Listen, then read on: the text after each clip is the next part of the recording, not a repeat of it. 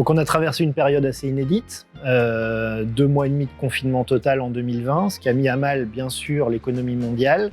Finalement, ce qui permet à l'économie française de tenir, ça a été l'industrie. L'industrie qui a vraiment jamais arrêté, qui a toujours continué de produire et finalement qui a permis au pays de tenir dans des conditions dégradées, mais de tenir quand même.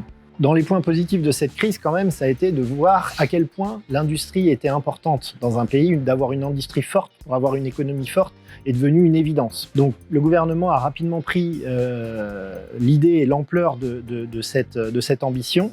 Et c'est pour ça qu'ils ont pris des mesures sans équivalent, sans précédent, sur des aides directes, à savoir la baisse de la fiscalité des impôts de production, donc qui va finalement impacter les entreprises à partir de maintenant, à partir de 2021, et a aussi mis en place un plan de relance pour l'industrie, dédié à l'industrie sans précédent. Le plan de relance était sur plusieurs aspects.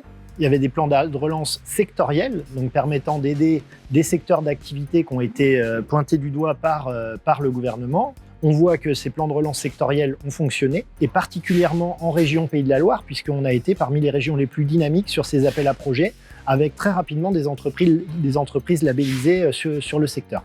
Après, il y avait des aspects plus généraux, notamment pour inciter, pousser les entreprises industrielles à aller vers l'industrie du futur, avec différents dispositifs visant à la digitalisation, l'automatisation, la robotisation et aussi, et bien sûr, la transition écologique. Donc, un des enjeux pour la mise en place de ce plan de relance, notamment au niveau régional, au niveau local, c'était la mise en réseau des différents acteurs de déploiement de ce plan de relance. Je pense en premier lieu au réseau consulaire, aux chambres de commerce et de l'industrie, mais aussi aux pôles de compétitivité, aux branches professionnelles et aux fédérations professionnelles qui ont rapidement su se mettre en réseau, se mettre en relation pour pouvoir justement permettre à chaque chef d'entreprise d'avoir connaissance, d'une part, de ces dispositifs et de pouvoir s'en saisir.